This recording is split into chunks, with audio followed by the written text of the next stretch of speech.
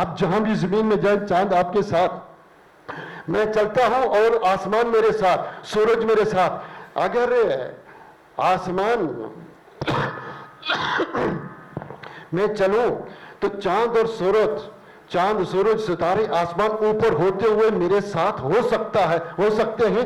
یہ مخلوق میں اگر یہ معنی سمجھا جا سکتا ہے تو اللہ رب العزت ہر چیز پر قادر ہے. وہ اوپر ہوتے ہوئے عرش عظیم پر ہوتے ہوئے ہمارے ساتھ کیوں نہیں ہو سکتا؟ عرش عظیم پر ہوتے ہوئے ہمارے ساتھ ہے، جیسے اس کو زیب دیتا ہے. آپ ایسے دیکھیے نا، جب بندہ نماز پڑھتا ہے تو سورہ فاتحہ پڑھتا ہے، اللہ کیا کہتا ہے؟ بندہ کہتا ہے الحمدللہ رب العالمین. اللہ کہتا ہے حمدانی عبدی، میرے بندے نے میری حمد بیان کی. جب بندہ کہتا ہے الرحمن الرحیم، اللہ کہتا ہے اثنى علی عبدی، میرے بندے نے میری ثنا بیان کی. جب بندہ کہتا ہے مالک یوم الدین، اللہ کہتا ہے مجدنی عبدی، میرے بندے نے میری بزرگی بیان کی. اب دنیا میں کتنے بندے ہیں سورہ فاتحہ پڑھ رہے ہیں، کہہ رہے ہیں، اللہ سب کا جواب کیسے دیتا ہے؟ ہماری عقلوں میں نہیں آتا، ہماری سمجھ سے باہر ہے. لیکن یہ عقل کے خلاف نہیں، عقل سے دور ہونا الگ چیز ہے. ایک بچے کو الجبرے کے سوال نہیں سمجھ آتے. اگر آج سے 2 صدیاں پہلے کہیں اتنا بڑا موبائل یہاں دیکھ کر سارے امریکہ میں دیکھ رہا ہوں، کسی کو یہ بات سمجھ میں نہیں آتی. آج ہر بات بندہ آدمی سمجھ سکتا ہے. عقل سے دور ہونا چیز الگ ہے. وما اوتیتم من العلم الا قلیلا، ہمیں بہت تھوڑا علم دیا گیا ہے. اپنی کم علمی، کم فہمی، کم عقلی کی وجہ سے ممکن ہے وہ بات ہم سمجھ نہیں سکتے. لیکن جو قرآن و سنت میں آ گیا اللہ کے بارے میں، اللہ رب العزت کے بارے میں، وہ کبھی عقل کے خلاف نہیں، عقل سے دور ہے. جیسے اللہ سب کی سنتا ہے نا. اردو میں بولے، پنجابی میں بولے، سندھی میں بولے، انگریزی میں بولے، ساری زبانوں میں بولے، سارے جانور، پرندے ہیں، فرشتے ہیں، جن، شیاطین، ساری مخلوق بولے، اللہ سب کی سنتا ہے. کیسے آپ بات کریں، اب بھائی صبر کریں، پہلے ان کی سن لو. سب کی نہیں سن سکتا، لیکن اللہ سب کی سنتا ہے، ہر چیز پر قادر ہے، ہر چیز پر قادر ہے. اس طرح اللہ نے جب بتا دیا اپنے لیے، اللہ نے کیا ثابت کیا؟ سفل نہیں، برابری نہیں.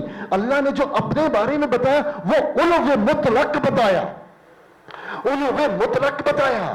اب دیکھیے وہ اللہ کتنا بڑا ہے. حدیث میں آتا ہے کہ یہ 7 آسمان 7 زمینیں، اللہ کے 7 آسمان 7 زمینیں کرسی کے مقابلے میں اتنی چھوٹی ہیں. صحیح مسلم کی حدیث ہے، جیسے انگوٹھی اٹھا کر کسی صحرا میں ڈال دیں، کتنی جگہ لے گی؟ صحرا میں بہت تھوڑی. وسع کرسی السماوات والارض، اللہ کی کرسی نے 7 آسمان اور زمینوں کو گھیرے ہوا ہے، یعنی اتنی بڑی. اور عرش سے کرسی کتنی چھوٹی ہے، اسی طرح جس طرح کہ آپ انگوٹھی اتار کر کسی صحرا میں ڈال دیں، یعنی عرش سے کرسی اتنی چھوٹی. اور عرش کی وسعت اللہ ہی جانتا ہے. حدیث کے الفاظ ہے اس کی وسعت کتنی ہے، کتنا بڑا ہے، اللہ ہی جانتا ہے. کون جانتا ہے؟ اللہ ہی جانتا ہے. اور اللہ رب العزت عرش سے کہیں بڑا ہے. اول علی العظیم، اول علی الکبیر، اللہ اکبر و واسع، عرش سے کہیں بڑا ہے. یہ عرش، یہ 7 آسمان زمین اللہ کے مقابلے میں کرائی کے دانے کے برابر بہت چھوٹے. والارض جميعا قبضته يوم القيامة والسماوات مطويات بيمينه، قیامت کا دن ہوگا اللہ 7 آسمانوں کو دائیں ہاتھ میں، 7 زمینوں کو دوسرے ہاتھ میں لپیٹے گا، پھر کہے گا این الجبارون، این المتکبرون، این الملوک. بادشاہ کہاں ہے؟ جواب نہیں آئے گا. للہ الواحد القہار، خود ہی اللہ کہے گا. کہنے کا مطلب کیا کہ اب یہ 7 مٹھی میں اللہ لے لے گا، کیسے جیسے اس کو زیب دیتا ہے. یہ حدیثیں کیا بتلاتی ہیں کہ اللہ مخلوق سے جدا ہے، الگ ہے، مخلوق میں حلول نہیں کیا ہوا. ہر آدمی کے ساتھ اللہ نہیں ہے، بیٹھا ہوا نہیں ہے. ذاتی طور پر اللہ رب العزت کہاں ہے؟ ساری مخلوق سے اوپر ہے، جدا ہے. میرے بھائیوں آپ دیکھیے مائیت کے 2 معنی ہیں. مائیت جو میں نے معنی بتایا، مائیت مطلقہ، مصاحبہ مطلقہ، اس کے 2 معنی، ایک عام اور ایک خاص. عام وہ معکم، سب کے ساتھ ہے، سب کے ساتھ. مائیت خاصہ کیا ہے؟ جیسے نبیوں اور رسولوں کے ساتھ ہے، مومنین کے ساتھ ہے. ان اللہ مع المتقین، متقین کے ساتھ ہے، محسنین کے ساتھ ہے، نبیوں کے ساتھ، رسولوں کے ساتھ. جیسے نبی صلی اللہ تحزن ان اللہ معنا، اننی معکما اسمع و ارا، یہ ساری آیات یہ کیا ہے؟ مائیت خاصہ ہے، یہ ایک مائیت عامہ ہے۔ مائیت خاصہ کا کیا معنی ہے، مائیت عامہ کا کیا معنی ہے؟ کیونکہ اہل سنہ جب اس بات کرتے ہیں اللہ کی صفت کا تو اس کا معنی بھی بتلاتے ہیں، کیفیت اللہ کے سپرد کرتے ہیں۔ صفات کی کیفیت، اللہ کا چہرہ کیسے، جیسے اس کو زیب دیتا ہے، لیکن چہرے کا معنی ہے، استوا کا معنی ہے، نزول کا معنی ہے، ٹھیک ہے کہ نہیں، قرب کا معنی ہے، مائیت کا معنی ہے۔ تو مائیت کے جب 3 معنی ہوئے، 3 میں سے مصاحبہ مطلقہ، اس کی 2 قسمیں ہیں، ایک عامہ ایک خاصہ۔ خاصہ اور عامہ کا معنی کیا ہے؟ عامہ کا معنی یہ ہے کہ اللہ رب العزت ہمارے ساتھ ہے، اپنے علم کے لحاظ سے، قدرت کے لحاظ سے، سمع کے لحاظ سے، سننے کے لحاظ سے، دیکھنے کے لحاظ سے، گھیرنے کے لحاظ سے، اس لحاظ سے ہمارے ساتھ ہے۔ اور مائیت خاصہ کا معنی کیا ہے کہ نصر اور تائید، کہ اللہ ہماری مدد کرے گا، تائید کرے گا۔ لیکن ایک بات یاد رکھنا کہ یہ معنی ہے، مائیت الگ صفت ہے، مائیت الگ صفت ہے، علم الگ صفت ہے، اور کیا ہے، سمع، سننا اور دیکھنا، یہ الگ اللہ کی صفات ہیں۔ یہ ساری ایک ہی نہیں ہیں، یہ ساری الگ الگ ہیں۔ معنی ہونا الگ بات ہے، لیکن یہ کہنا کہ مائیت سے مراد علم اور قدرت و سمع و بصر ہے، یہ غلط ہے۔ یہ معنی ہے مائیت عامہ کا۔ مائیت خاصہ کا معنی کیا؟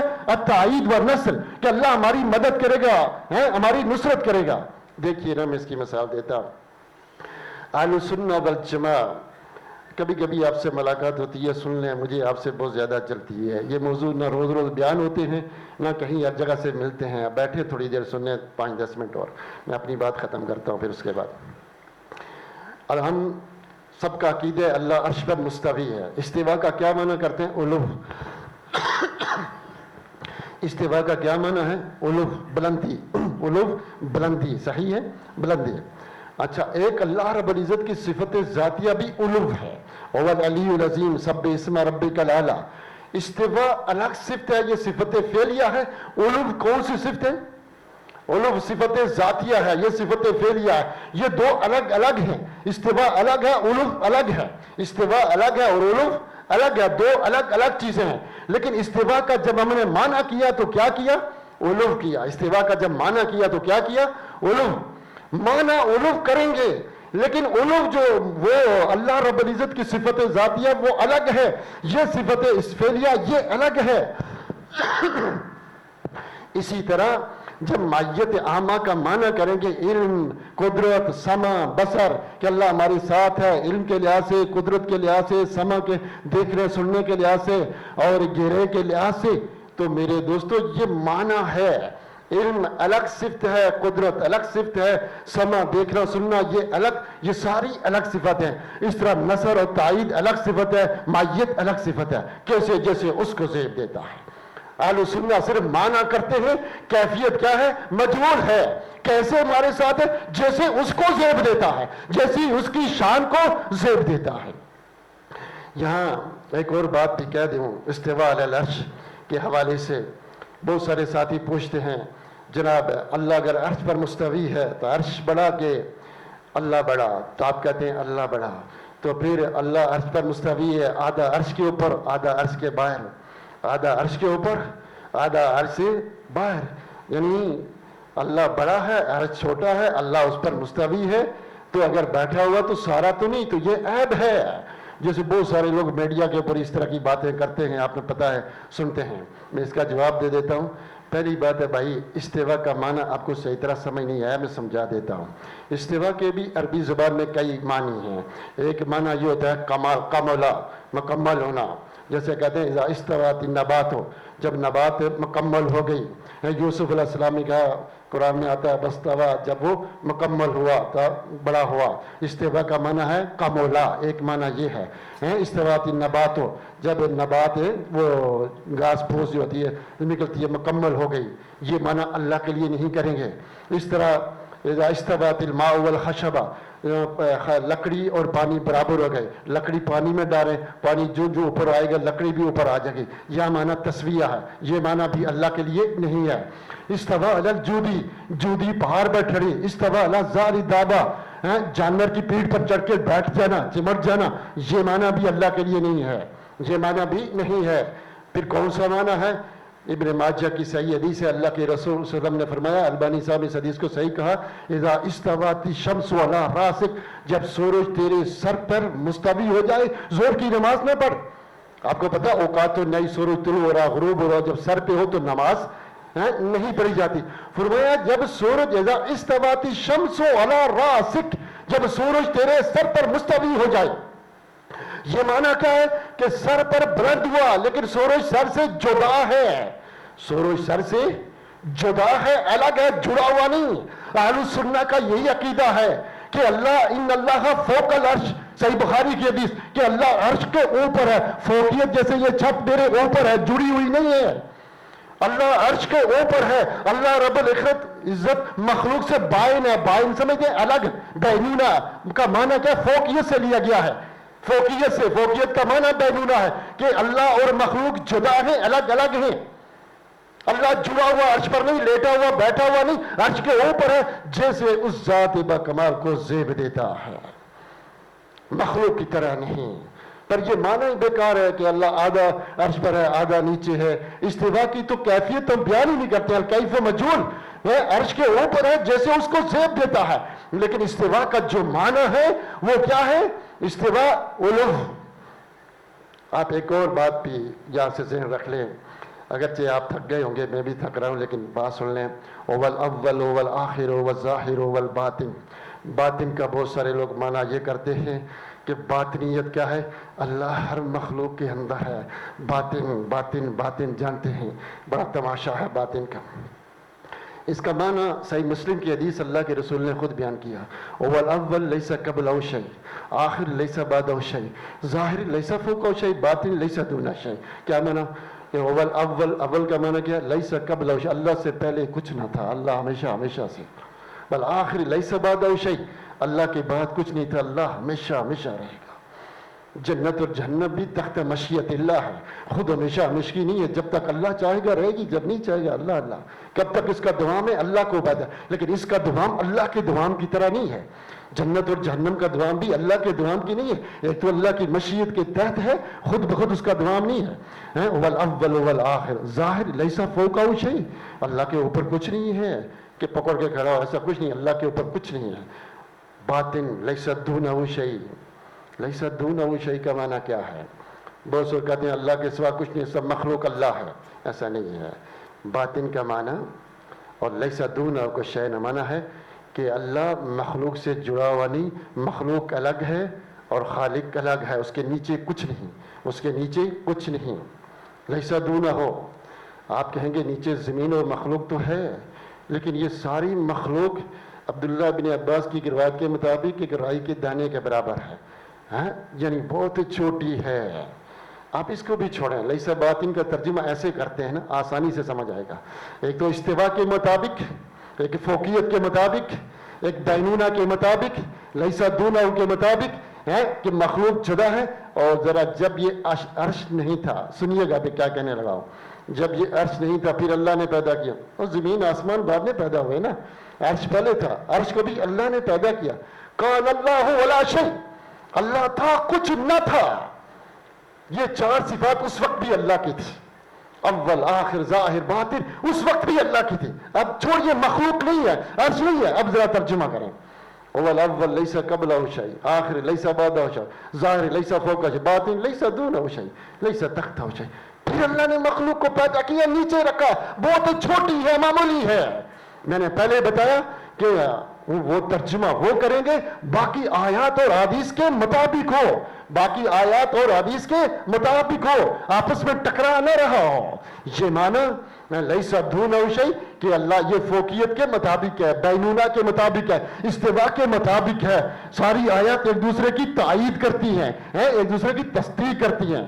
باطن کا معنی کیا ہوتا ہے؟ یہ ظاہر شیء، یہ باطن، باطن الکف، ظاہر الکف، باطن الکف، یہ نیچے کا لیس دونہ شیء. اللہ کو کھڑے ہونے کے لیے عرش کا سہارا نہیں چاہا. اس نے مخلوق کو پیدا کیا عرش کو اپنی حکمت کے تحت. وہ کسی کا محتاج نہیں ہے، وہ کسی کا محتاج نہیں ہے. وہ صمد ہے. صمد وہ ہوتا ہے جو کسی کا محتاج نہ ہو اور ساری مخلوق اس کی محتاج ہو، کیونکہ اس کی ساری صفات ذاتی مکمل ہمیشہ سے ہمیشہ رہیں گی، اور مخلوق کی ساری صفات عطائی اور ناقص ہے. میں دیکھتا ہوں دیوار کے پیچھے نہیں تو نقص ہے. اللہ کی صفات میں کمال ہے. ہماری صفات ہمیشہ سے نہیں تھی, ہمیشہ نہیں رہیں گی. تو اس لیے میرے بھائیوں بہت زیادہ ہو گئی بات, میں ختم کرتا ہوں. اگرچہ ارادہ تھا میں قرب اور نزول کو بھی لیتا ہوا چلوں, لیکن کچھ پھر زیادہ ہی آپ کے دماغوں میں جمع ہو جائے گا. پھر انشاءاللہ اللہ نے توفیق دی تو قرب اور نزول کو بھی میں آپ کو تفصیل سے سمجھاؤں گا. لیکن اتنی بات یاد رکھیں کہ قرب اور علو اور استوا میں تعارض نہیں ہے, معیت میں اور علو اور استوا میں تعارض نہیں ہے, علو اور نزول میں بھی نہیں ہے. اب آئے گا وقت تو آپ کو بتاؤں گا, ٹھیک ہے. تو بہرحال اتنی بات یاد رکھیں. ہاں علو اور سفل میں, قرب اور بعد میں تعارض ہے. یہ تعارض ہے, موت اور حیات میں تعارض ہے. کچھ لوگ کہتے ہیں اللہ ہر چیز پر قادر ہے, اوپر بھی ہے نیچے بھی ہے. نہیں بھائی, اوپر بھی ہے نیچے بھی ہے. پھر اسی طرح جیسے اللہ تعالیٰ موت اور حیات دونوں پہ قادر ہے, یہ مستحیل ہے. ابن تیمیہ نے بڑا سخت لکھا ہے اس کے اوپر بحث. ان اللہ علی کل شیء قدیر کا معنی کیا ہے کہ اللہ ہر چیز پر قادر ہے. جو چیز نہیں ہے اس کو وجود میں لائے, وہ جو چیز موجود ہے اس کو معدوم کر دے, ختم کر دے. ایک چیز نہ ہے نہ ہے, زندہ بھی ہے مرا ہوا بھی ہے, یہ نہیں ہے. یہ رات بھی ہے دن بھی ہے, یہ نہیں ہے, یہ مستحیل ہے. جیسے کہتے ہیں کہ اللہ اپنے جیسا ایک الہ اور پیدا کرنے پہ قادر ہے. کیا اللہ ایسا پتھر پیدا کرنے پہ قادر ہے جس کو خود بھی نہ اٹھا سکے؟ یہ مستحیل ہے کہ اللہ اوپر بھی نیچے بھی, دور بھی قریب بھی, اور زندہ بھی مرا ہوا بھی, اور اسی طرح کیا ہوا ایسا پتھر پیدا کرنا خود بھی نہ اٹھا سکے. یہ ساری مستحیل والمستحیل لیس بشیء, وہ کوئی چیز ہی نہیں ہے, صرف زبانوں کی باتیں ہیں. یہ حقیقت میں کوئی چیز نہیں. اللہ ہر چیز پر قادر ہے, کسی وجود کو ختم کر دے یا وجود جو نہیں ہے اس کو وجود میں لے آئے. ان کا عقیدہ ہے اللہ سمیع ہے, کہتے نہیں. اچھا اللہ سمیع نہیں ہے, نہیں, نہ ہے نہ. کہتے ہیں اگر کہتے ہے تو تمثیل ہو جائے گی, نہیں کہیں گے تو عدمیت سے تشبیہ ہو جائے گی, اللہ نہیں ہے. اس لیے نہ یہ کہتے ہیں نہ یہ کہتے ہیں. جو چیز نہ ہو نہ ہو وہ مستحیل ہوتی ہے. یہ اس سے بھی بڑا کفر ہے, یہ اس سے بھی بڑا کفر ہے. پہلے موجود ہو یا نہیں موجود ہو, دو ہی باتیں. یا دنیا میں ہوتی ہے چیز یا نہیں ہوتی, ہونے کی چیزیں یعنی کیفیت الگ الگ ہے. کیسے بھی کبھی چیز نظر آتی ہے نہیں آتی, لیکن یا ہوگی یا نہیں ہوگی. یہ نہیں کہہ سکتے نہ ہے نہ ہے, یہ تو مستحیل ہے, یہ کوئی چیز ہی نہیں ہے. یہ بہت بڑا کفر ہے. اللہ تعالیٰ سے دعا کرتا ہوں کہ اللہ مجھے کہنے کے بعد اور آپ کو سننے کے بعد ہمیں اس پر ایمان رکھنے کی اور غور و فکر کرنے کی, تحقیق کرنے کی توفیق دے. اس لیے اللہ تعالیٰ کی اسماء و صفات اجماع سے ثابت نہیں ہوتی, کیونکہ سارے توقیفی ہیں. قرآن اور سنت میں آئیں گے تو مانیں گے, اجتہاد کر کے یہ احکام نہیں ہیں, یا قیاس اور نہیں داخل ہوتا. اس لیے میرے بھائیوں قرآن اور سنت کو پڑھیں, یہی بتاتے اللہ کیا ہے, یہی توحید ہے, یہی جو رسولوں نے بتلائی. اور توحید ہم جیسے کئی دفعہ خالد اضافی صاحب نے آپ کو تفصیل سے بتایا, کوئی کس طرح کی توحید پیش کر رہا ہے, کوئی کیا توحید. توحید وہ ہے جو قرآن و سنت اور فہم سلف کے مطابق ہو. یہ نہیں کہ دین آج ہمیں اٹھ کے سمجھ آیا, پہلے کسی کو سمجھ ہی نہیں آیا. نہیں, اس سے پہلے صحابہ تابعین تبع تابعین محدثین انہوں نے دین سمجھا ہے, دین سمجھا ہے. اس کو پڑھو سمجھو, اس کے مطابق اپنی زندگی گزارو. وآخر دعوانا الحمدللہ.